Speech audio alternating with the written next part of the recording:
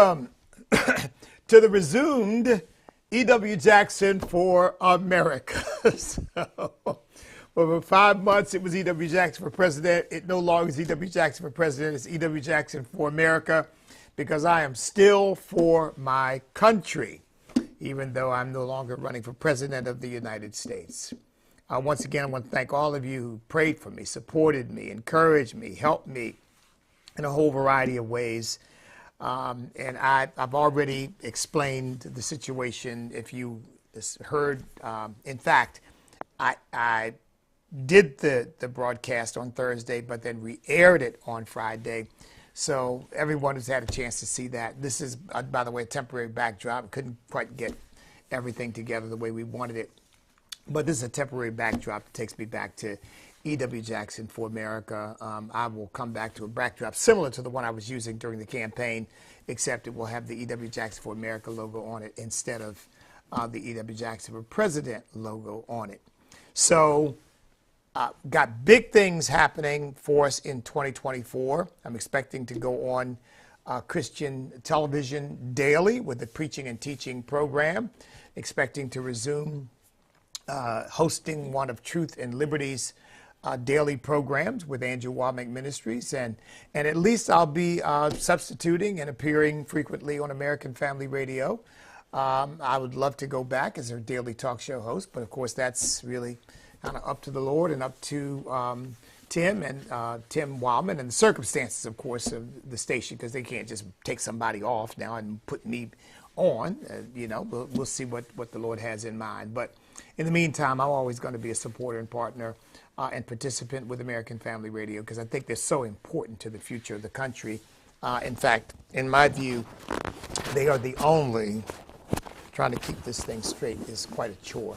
They are the only radio network in America, in my view, that is espousing a strictly biblical worldview. The only one. I mean, Salem has gone public, and as a result, of course, they've kind of lost their Christian edge. But American Family Radio remains a nonprofit Christian network.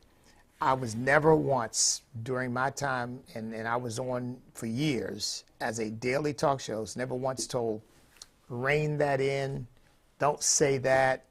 You're hitting homosexuality too hard. You're hitting abortion too hard. You're talking too much about God. I mean, and I had those problems because I've done secular radio, and I did have those problems when I did secular radio. I mean, I would have producers say to me, you know, you're talking too much about God. Look, I won't even go into that right now, but I had that problem in the Republican Party. I had that problem with secular radio. I never had that problem with American Family Radio. And I don't have that problem with E.W. Jackson for America, because I can say what I want to say, because I am the only arbiter of what I can and cannot say, should and should not say, will and will not say on this program. And the only thing I'm not going to say is something that I believe God would not have me say. Other than that, it's open season, okay?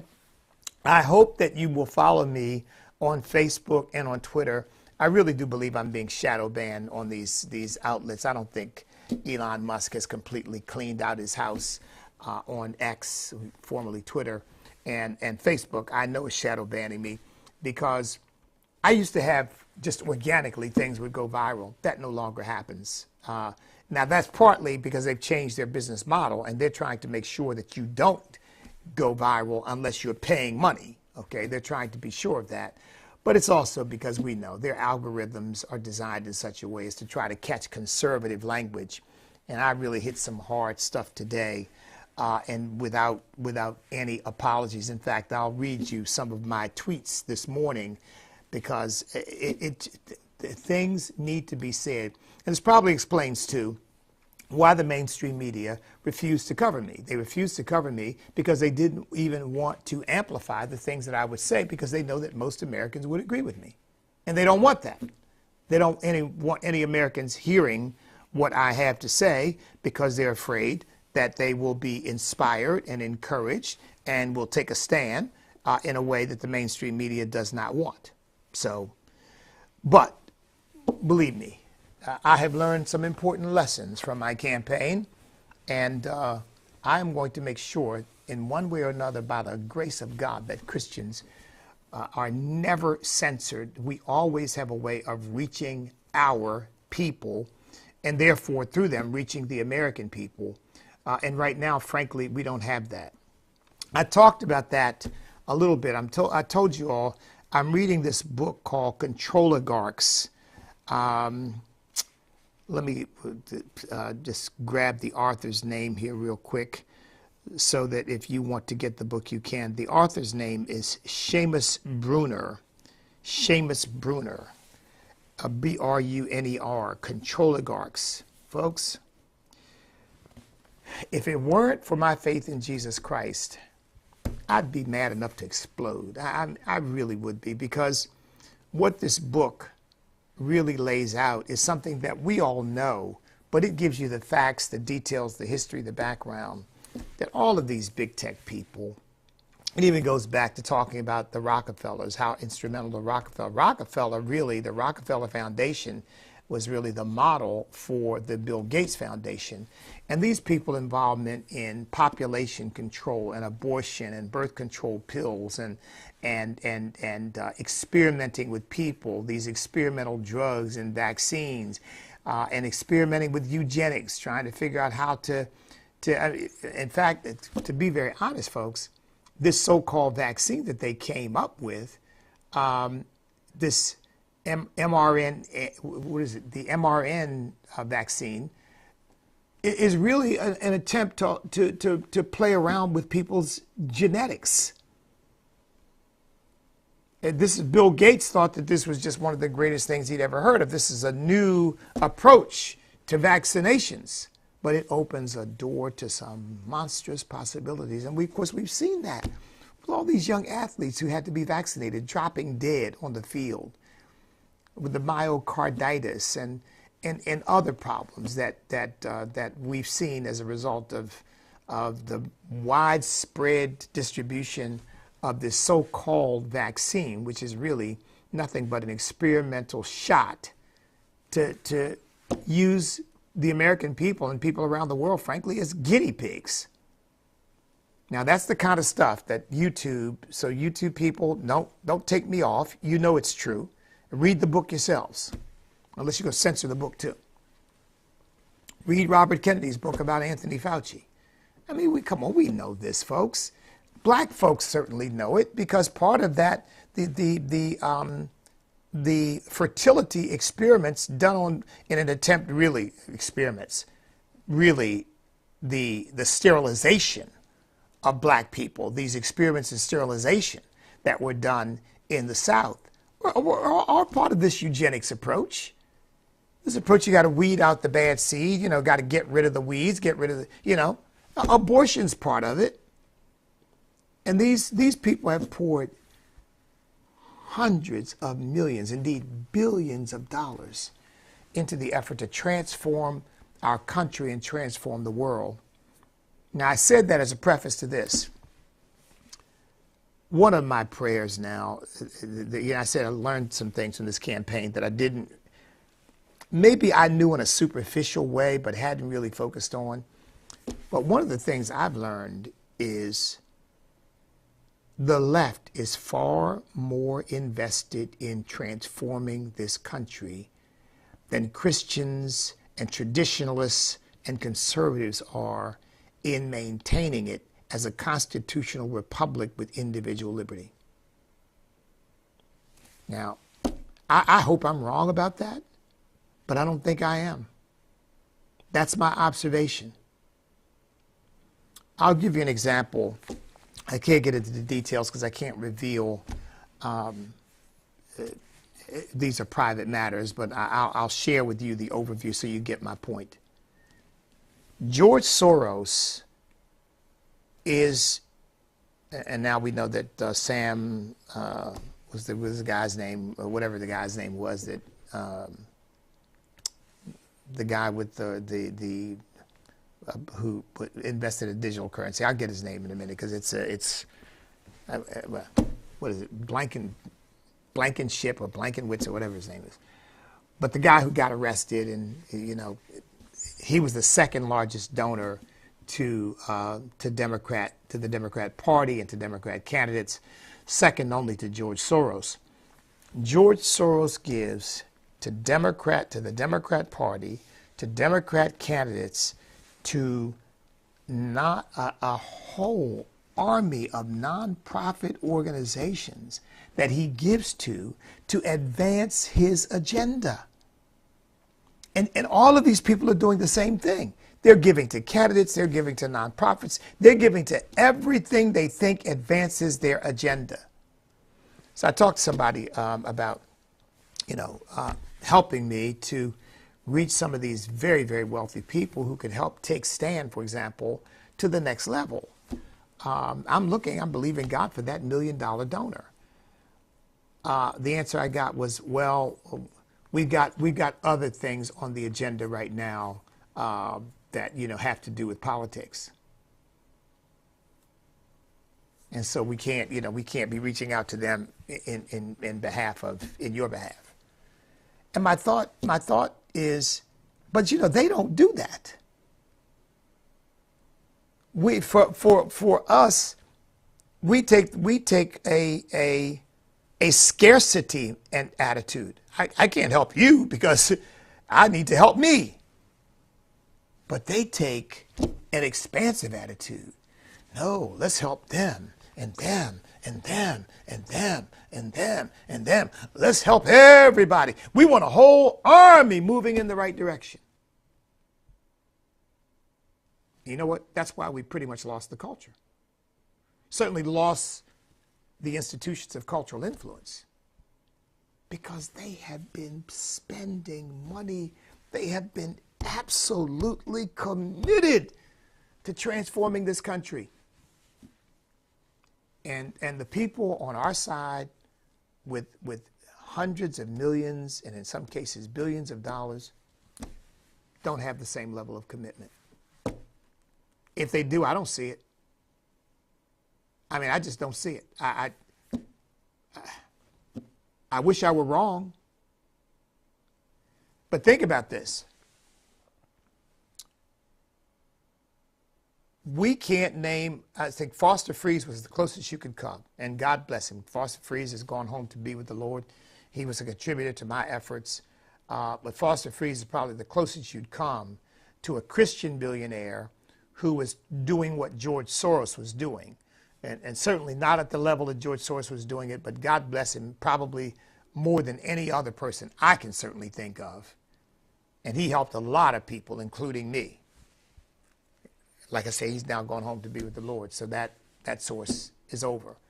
Unlike George Soros, who gave $18 billion into his foundation and appointed his eldest son to run that for the purpose of doing the same thing he's been doing, we don't see a continuation of the legacy of Foster Friess, continuing to seed and give and sow and move the country in the right direction by helping all of these organizations. I mean, when you got billions of dollars, you're not going to run out of money. I mean, George Soros has shown that.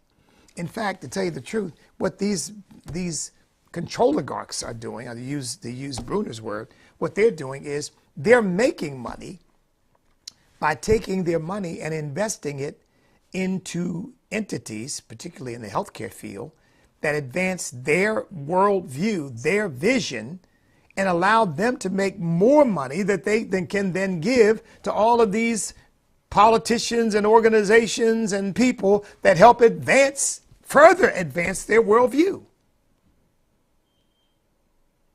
You know, Jesus said in one text, I forget exactly where it is, but he said, the children of this world are wiser in their way than the children of light. And I think he said that in the parable in which he talked about the unjust steward who stole from his employer, and then when he was afraid of being fired, went out and made friends by giving discounts and cutting off, discounting the bills that were owed and basically making all these friends. And I think that's the context in which Jesus said, you know, the children of this world are wiser in their way than the children of light. See, I think we've been losing not because we don't have the resources, not because we don't have the talents, because we don't have the ability, but because we don't have the will, the determination, and the fortitude to just press ahead and to just do whatever needs to be done. And the people who do have that, unfortunately, are not on our side. So at any rate, one of the things I've learned is we've got to change the mentality of Christian billionaires and multimillionaires. I'm talking about people with big money. You know, if you got a few $1,000,000, you don't have a whole lot. I mean, you got a whole lot compared to somebody who doesn't have that. But I mean, you know, you can't give away millions of dollars. You'll end up broke, right? I mean, but obviously, the Bible teaches us, give and it shall be given unto you, full measure, pressed down, shaken together, running over. In other words, you don't have the resources to give the way George Soros gives. But I mean, we do have some billionaires, some Christian billionaires. And there's nobody out there who you can name. I said Foster Freeze would have been the closest I could come, who is doing on the side of Judeo-Christian, preserving and defending and upholding Judeo-Christian culture and heritage and principles and ideals and values the same way the left is pressing ahead with fundamentally transforming this country. And that's just the way it is. I mean, the secular media has given more attention to Cornel West, who is, Cornel West, God bless him, just a confused professor at Harvard, just as dumb as he can be. I mean, you know, but they cover a lot of the stuff that he says, and we know he's going nowhere. I mean, we know. You probably don't have 1% of the American people who know or care about what he thinks. But they amplify him. Here you have a Christian pastor with a Christian following all over the country, and they just made up their mind. I was not relevant. Cornel West is. He's never run for office. He's never at least I've been nominated for the Republican nomination for lieutenant governor. I've run for office. He's never run for office, and yet he gets play and I don't. And I'm not whining about that. I'm just pointing out the left takes care of their own. The left doesn't say, well, Cornel West is going nowhere. We're not paying no attention to him. Oh, no. Because he's saying what they want to be said. They want to give him a voice and give him a platform, even though they know he's not going to be the next president of the United States. See, that's the way they think. Our side doesn't think like that. Our side doesn't say, well, wait a minute. E.W. Jackson is a born-again, spirit-filled believer who's espousing my worldview. I don't care whether he's ever going to be president or not. I want to make sure that he has a platform and that he can be heard, because it's going to help me and it's going to help the other candidates to pay attention to the views that I have. That's the way the left does it. Sadly, that's not the way we've been doing it. But God opens doors and no one can close them. And that's why we have to always, we love people and we rely on people to the extent that they are capable of helping. But we don't put our ultimate trust and hope and reliance in human beings, because human beings are fallible and human beings fail. God never fails. We put our ultimate trust in God. Because I've talked about that $1 million donor. I don't know who that person is. I don't know where that person is. I don't know when that person may appear. I'm trusting God to provide that person, to provide that help. And while I'll certainly be grateful to that individual, my ultimate gratitude is going to be to Almighty God, because he's going to be the one who has engineered the process whereby those funds come to me. I just pray that Christians with vast resources would rise up and become as committed to good and committed to moving forward a godly perspective in a godly nation as George Soros is and his ilk are to giving us a godless, atheistic, amoral nation, because they're committed to it. Oh, there we go. I'm back. My live streaming, folks. But the top story is these guys who have, oh my goodness, it's 8:52 already. These guys who filmed themselves having homosexual relations in a Senate hearing room. Now, my first response is probably not what you think it is. Not what you think it would be. My first response is, why are we surprised? Why are we shocked? I mean, we've been telling, I say we as a society, I mean, not you and me, but the society's been celebrating homosexuality, promoting homosexuality, telling us how wonderful homosexuality is, encouraging our kids to explore homosexuality, showing our kids pornographic books of homosexual acts being performed. Are we really shocked that two homosexuals from the Democrat Party, of course, which is sort of leading the parade of celebrating homosexuality, celebrating perversion and deviancy, would have people who would say, hey, you know, let's go have homosexual sex in one of the Senate rooms, film it, and put it out there for all to see because everybody thinks this is wonderful. You know, when I was running for lieutenant governor, some of you remember this,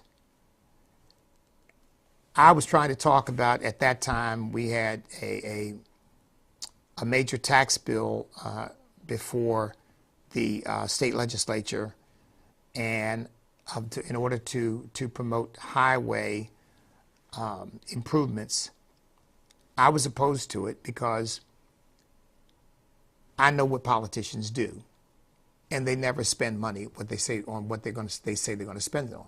They raise taxes. It was a bill that was going to raise taxes. They raise taxes and they do what they want to do. So I was opposed to it. The media wouldn't cover my views on that. The media wouldn't cover my views on the government shutdown. They only wanted to talk about one thing, everything I'd said about homosexuality. That's all they wanted to talk about, what I'd said about homosexuality. And at the time, they quoted me, based upon interviews that I'd done and whatnot, saying that homosexual activists, because that's what I'm talking about. I'm not talking about people who are living their lives privately. I believe this. I know that they're still living in sin if they're living a homosexual life, but they're living their lives privately. They're not trying to push it on anybody else. They're not trying to broadcast it to the world. We live in a free country. They're free to live however they want to live, and they're living their lives that way. I'm not talking about those people, because those people aren't really our problem. There's always going to be sin, folks. I was talking about the homosexual activists who are busy promoting it in our schools, promoting it in entertainment, promoting it in politics, promoting it in the arts, promoting it in the corporate world, promoting it in sports, promoting it everywhere they can. I said, they're sick, they're poisoning society, it's depraved, it's disgusting, it's filthy. Every adjective you can think of, pretty much I use. No profanity, of course, but. And every time the press stuck a mic in my face, they didn't want to talk to me about any other issue than what I said about homosexuality. Now, here we are now 13 years since I won the Republican nomination for lieutenant governor. 10 years since I won the Republican nomination for lieutenant governor. I won it in 2013. And you know what my response now is? I told you so. I told you so. Because now they're even after your children, our children, in the public schools, on TikTok, everywhere you turn. I read a story this morning about all of the moral and sexual scandals of the Democrat Party. Now, it's not that the Republican Party doesn't have sexual scandals and that Republicans don't sin. Of course, I'm not trying to... Look, the Republican Party is not a Christian party. It's one of the reasons why I've been toying with the idea of creating a Christian political party. But the Republican Party is not a Christian party. I know that. But the Republican Party is primarily filled with people who have a more traditional worldview, which is rooted and grounded, of course, in Judeo-Christian ideals. The Bible, okay? Judeo-Christian. Judaism, Christianity, okay? Judaism gave us the Ten Commandments. Christianity gave us the commandment of love. And they both give us moral restrictions, how we are to live. That's the Judeo-Christian ethic, the Judeo-Christian tradition, if you will. I use the word tradition advisedly, but you get my point.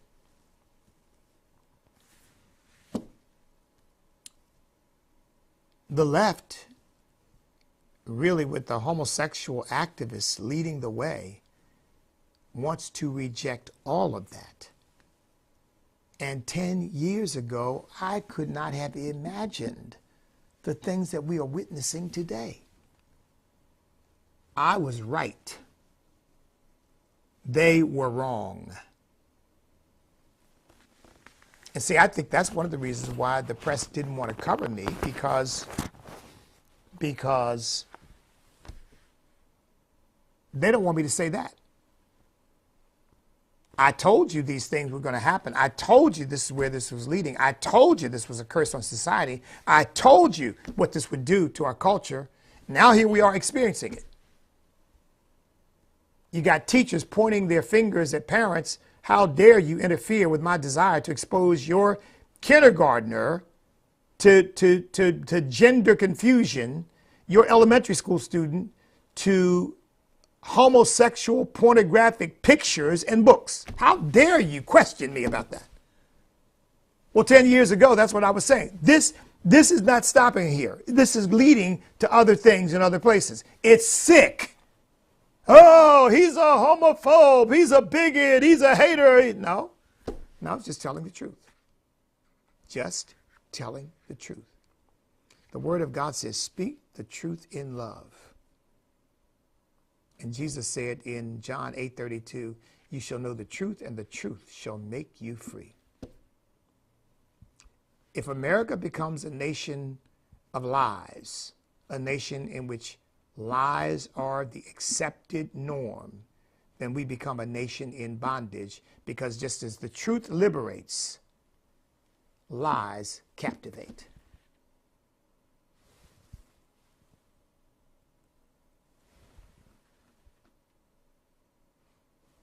I guess I just lost my backdrop. It ended at 9 o'clock. Well, that was one thing. I just wanted to that's probably several things, but wanted to get that out there.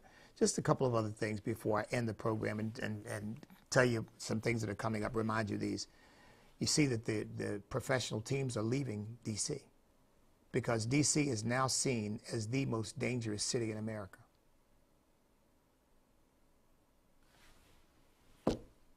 This is what the left gives us. This is what Democrats give us. This is what they... When you reject God's moral standards, there's no place to go but into the abyss. We're going to reject God's standards. We're going to set up a different set of standards that are really going to uphold it's going to make everything good. No, it doesn't work that way. When you reject God's standards, it leads to the abyss. It leads to evil. When you reject God's standards, you know where it ultimately leads? It ultimately leads to Adolf Hitler. It ultimately leads to Mao Zedong. It ultimately leads to Vladimir Lenin. It ultimately leads to Joseph Stalin. That's where it ultimately leads. When you reject God's standards. Because there's only one thing that can mean. You become a God unto yourself. That's all it can mean.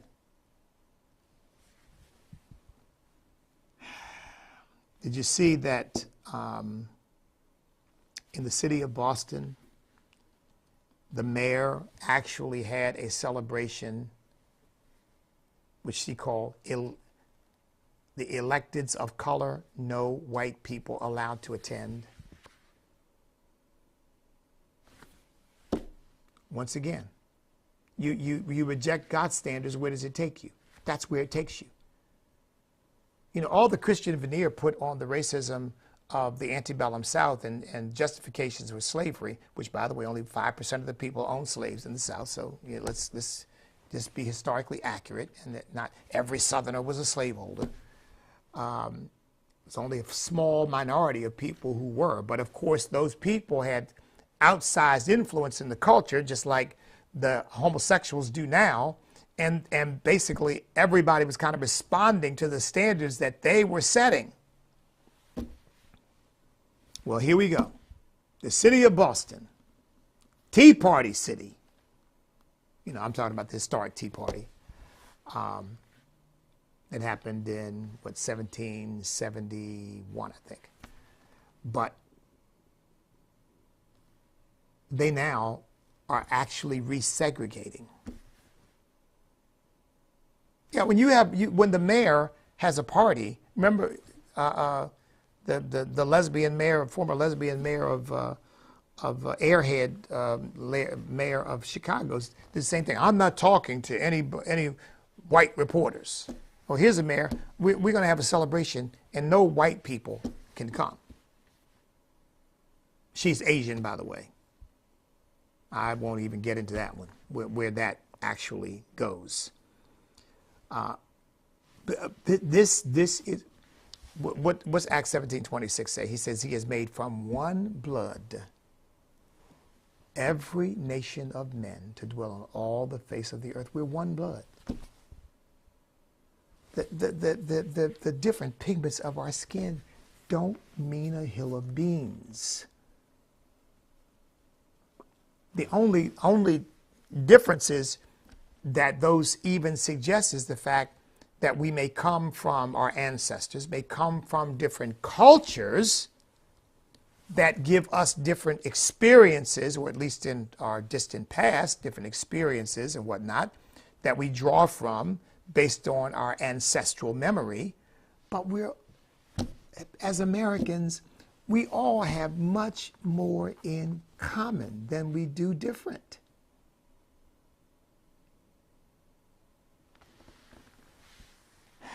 But this is what you get when you reject God. You know, ultimately, there's only one race, the human race.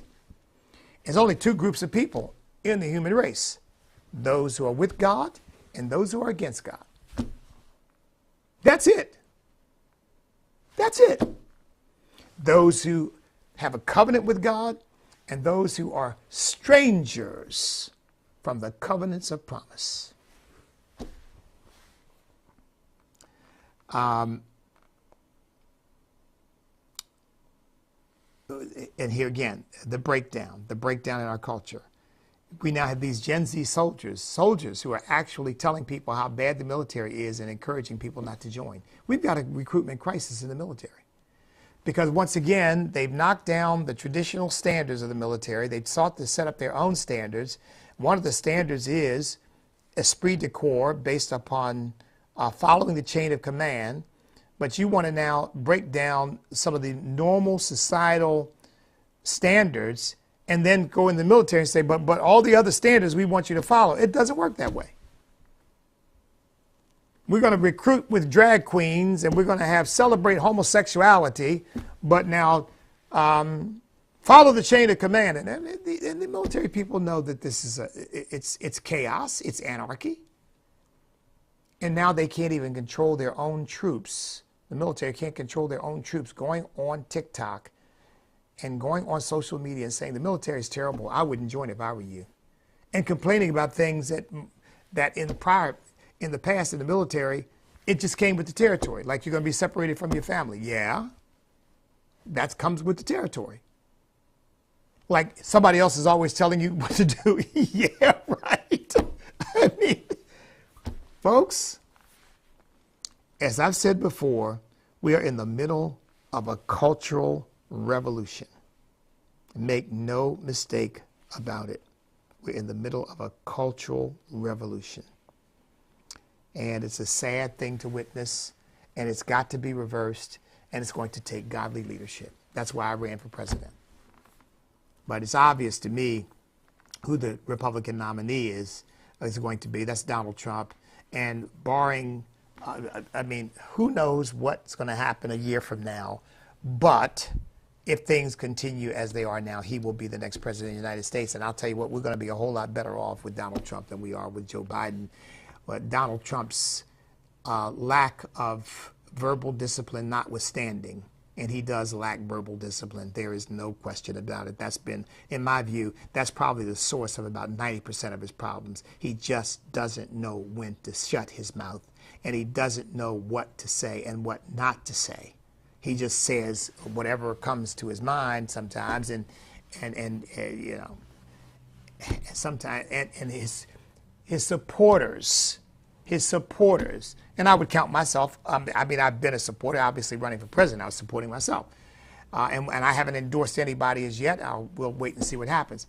But the people who name themselves his supporters, even they say, oh, why can't he just stop talking and saying dumb things? But the country has seen what Joe Biden's leadership has produced. They're comparing that to Donald Trump, and they're saying, no brainer. But you know what? He's not the ultimate answer, because if Donald Trump is elected, he'll have 4 more years, and the cancer that is eating away at our culture is not going to stop under Donald Trump's leadership, because Donald Trump doesn't understand that the problem we're having is primarily spiritual. He's not equipped to address that. Somebody's got to. Who knows? Maybe Mike Johnson will ultimately rise to that level. Maybe he'll show the courage that is needed to say the things that need to be said. But we need a president who is willing to say homosexuality is sin, and those who oppose it because it's sin have a perfect right to do so. And as far as I am concerned, that's their First Amendment right, the exercise of their religious liberty, and that's what they believe. And as a Christian, that's what I believe. Now, every citizen has a right to all the fundamental rights of our Constitution, and to be treated no differently based upon that. But you don't get extra rights because you happen to be a person who is attracted to people of the same sex. You don't get extra rights because you're a person who's got a sinful predisposition. And we're not going to enshrine that as some kind of legal status. No. It's not like race. It's not like ethnicity. It's behavior. It's not like skin color. It's not like ancestral origin. It's behavior. No matter what I do, I can't change the fact that my ancestors came from Africa. Some of them. I haven't talked about my mixed ancestry, but I do have mixed ancestry, but I won't get into that. But I can't change the fact that most of my ancestors come from Africa. A homosexual can change being a homosexual. They can stop practicing homosexuality. They can stop it, because many have. It should not be treated like a race, and that's the big mistake we made, and that's why we've got guys having sex in a Senate hearing room. Because basically, the cultural institutions of our society have given them license. And it's only going to get worse until we start calling it sin again and saying it's wrong, it's deviant. We're not going to accept it as the norm. We don't hate these folks. We don't want to harm these folks. We don't want to persecute these folks, but we're not going to allow this to become the established norm for our culture, because it's sinful and wrong. And you won't hear that said on Fox or Newsmax or anywhere else, because they don't want it to be said. It's too bad, sad, because somebody needs to say it. Because if we don't begin to say that and we don't begin to voice that, we're going to lose this culture. We are going to become Sodom and Gomorrah if we don't stand up against this stuff. Well, that's going to do it. God bless each and every one of you. I am back at E.W. Jackson for America. I'm not running for president anymore, but I'll never stop being for America because I believe that America is one of the greatest gifts God has ever given a nation, a people. And God expects his people to be stewards of the great gift that he's given us. And until I breathe my final breath, I'm going to be doing that, proclaiming God's word, preaching the gospel of Jesus Christ, trying to win people to the knowledge of God, and trying to say, to succinctly put it based on our church mission, to save souls, save families, and save the nation. Oh my goodness gracious. Wow. Wow. If you're in the Virginia, Southeast Virginia area, Virginia Beach, Norfolk, Chesapeake, Suffolk, Newport News, Hampton, Williamsburg, Smithfield, and on it goes. Come to our Martin Luther King Leadership Breakfast. You are invited. Tickets are $35. You can become a sponsor. You can get a table of 10. You can get a table of 10. A table of 10, I believe, is $400. Sponsorships start at $800, go all the way up to $5,000. We are looking for sponsors, and so go to our website, thecall.org, and you will see the flyer come up for the Martin Luther King Leadership Breakfast, January 15th, 10 a.m. at the Chesapeake Marriott Hotel, 725 Woodlake Drive. Click on where it says for tickets. There's a little yellow tab on the flyer. You click on that. It'll take you to tickets, sponsorships, and tables. Okay? January the 27th, Saturday, January 27th, 6 p.m. at the Chesapeake Conference Center. Andrew Womack is coming. Andrew Womack is coming. January 27th. Well, actually, not the first time. He said maybe not the first time exactly, but the first big meeting ever in the Hampton Roads area. The first big Andrew Womack meeting. So come on out and just hear what this great man of God has to say. God has used him to build a ministry that reaches up to 5 billion people. It is a worldwide ministry.